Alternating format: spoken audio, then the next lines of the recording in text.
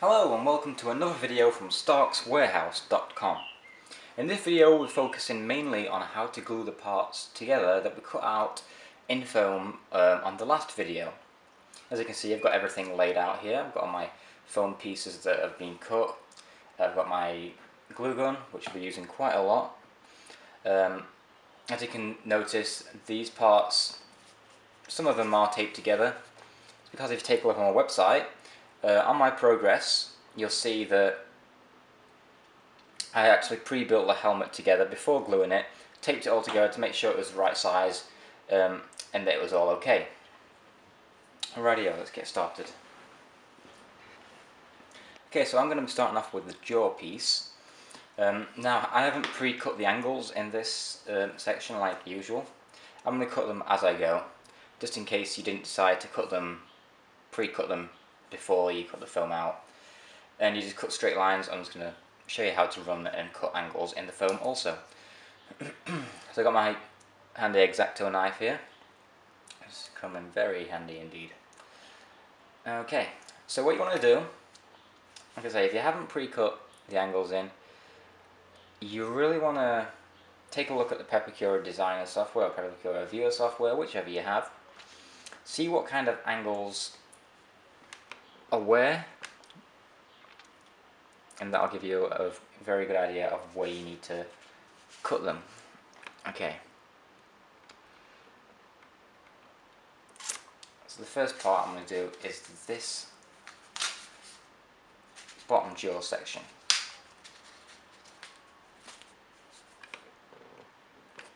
I'm going to get everything that you need ready. Move these out of the way a little bit. And obviously these parts just don't stick together like so. So we need to cut the angles in there. Now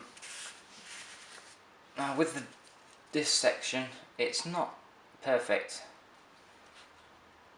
90-degree angle. So we're just going to have a guesstimate around about a 45. Now, I'm just showing you this. What you really want to be doing when you are cutting up to the close to the corners. Let's get this into focus so you guys can see better.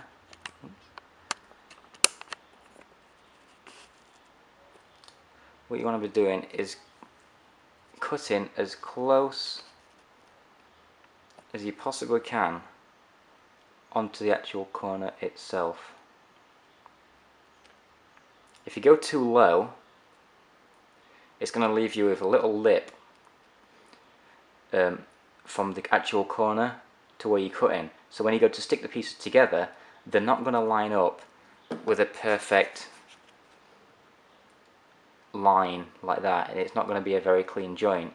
You're going to have a gap, and it's going to end up like with a big gap somehow. So you want to get as close as you can to the actual edge itself.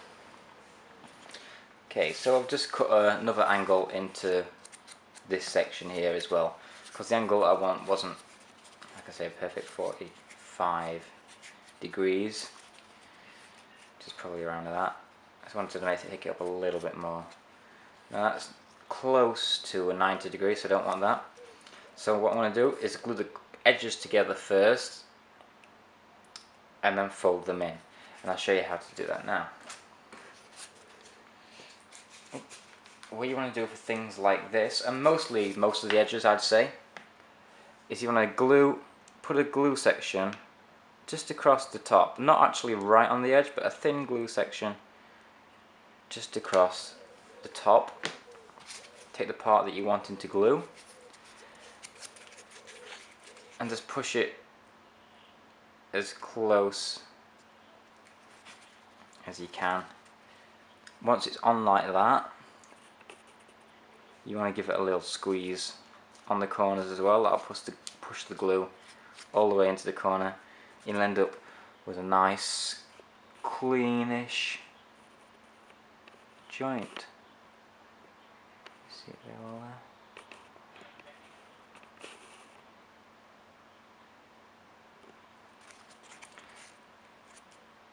And because you didn't glue all of it, it's still open a little bit, which will come in handy in just a moment. Again, do the same with the other side. Thin layer of glue across the top. Line the edges up of the section, and push them together, or give them a little pinch, whichever you find easiest. Pushing. Sometimes it's better to squash it completely, like squash the foam completely, just to push the edges up together. It'll regain its shape, don't worry, it's memory foam like that. Or just give it a little pinch. And like I said, you get end up with a little gap in between. Now let's take a quick look on the Pepakura software. I'd say that angle is probably about right. I cut this one not as much angle as I did this, so what we can do, this one can just be glued straight down because that's probably about right at what I want it. So a little bit of glue in between. You get any fingertips, just roll it into a ball, it'll come straight off, don't worry. It's not like super glue. Just keep it held there for about 20-30 seconds until it's dry. Okay, so once that's dry, you want to be adding some glue into this other section we got right here. Now obviously, because there's more of a gap in that section, glue's not going to cover it all. Mind my glue gun, it's only a cheap glue gun. I found you don't need an awesome quality glue gun. So you're going to end up with a gap similar to that. End up with a gap.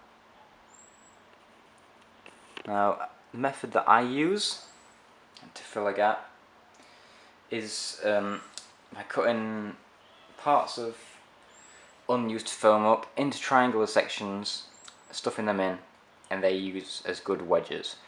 Let's go grab some foam and show you what I mean. So after cutting all the foam pieces out, you'll no doubt be left with pieces like this. Now these, I always save a few of these because they do come in handy, like I said, for foam wedges. And what I mean by that is, what I normally do is take a slither of foam, a nice chunky bit, cut it into square sections. I'll just grab my other knife because that's a little bit easier for this. Once you've got a square,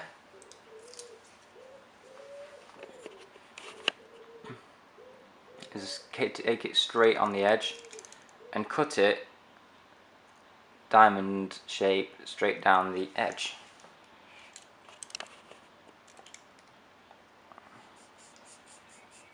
And what that'll give you is two triangular foam wedges.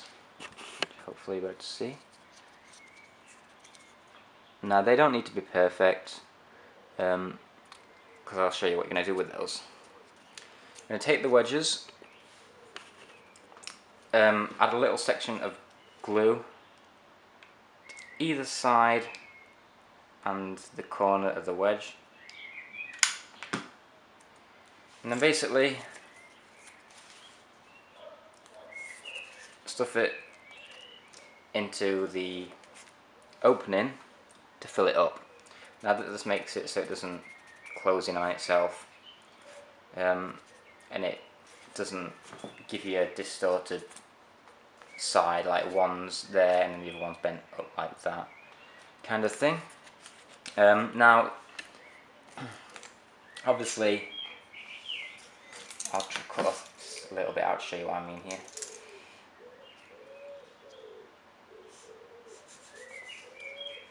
If you had a section that was going together like that,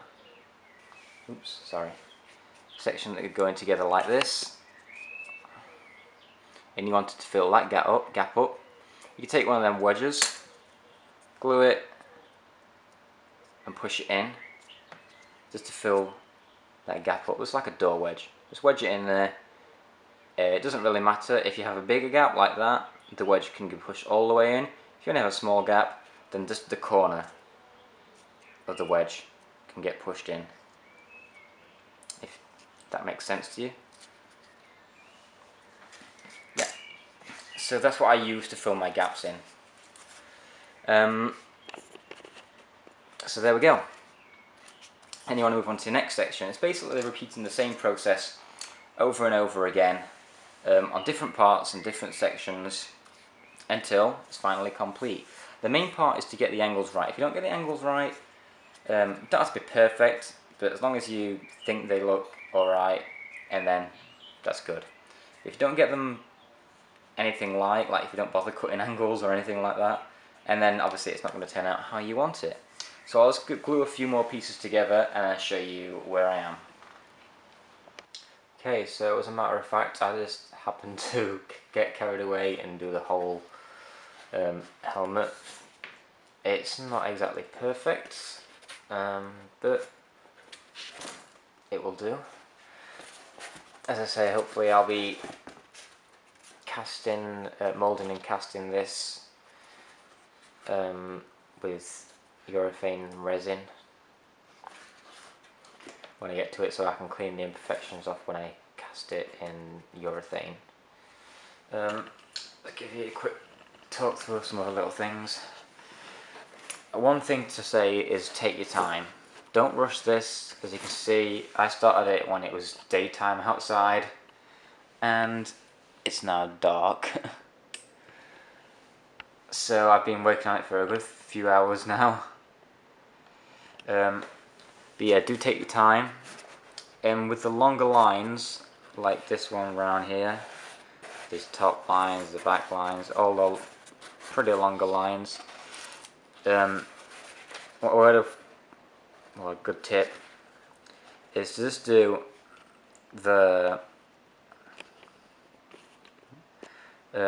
gluing bit by bit. Don't try and glue the whole thing and stick it together that way. I suggest to do a few inches at a time, or a few centimeters at a time, 1 inch or so.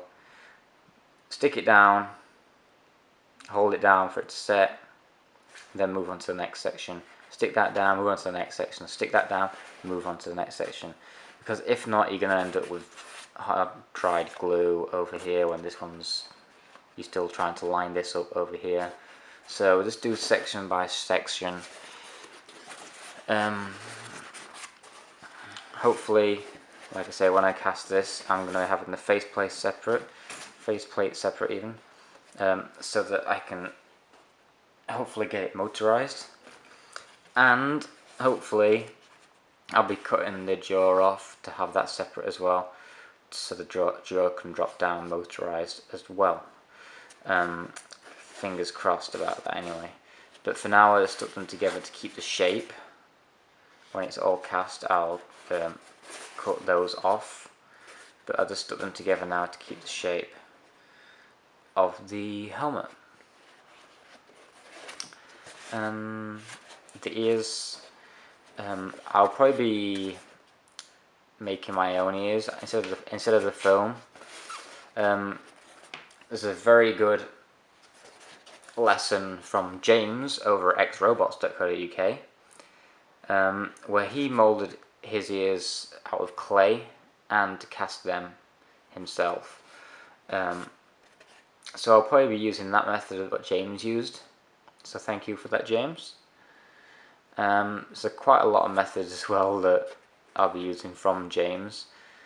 So I do have to give him a good shout out.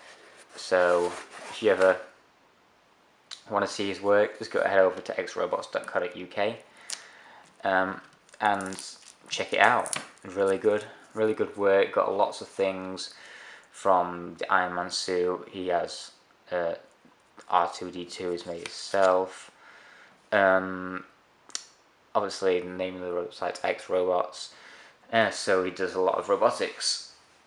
So I would recommend you go check out that site as well. So as if for gluing for now, anything else that I remember I'll put on the website, so check on the website for the written tutorial on this lesson also.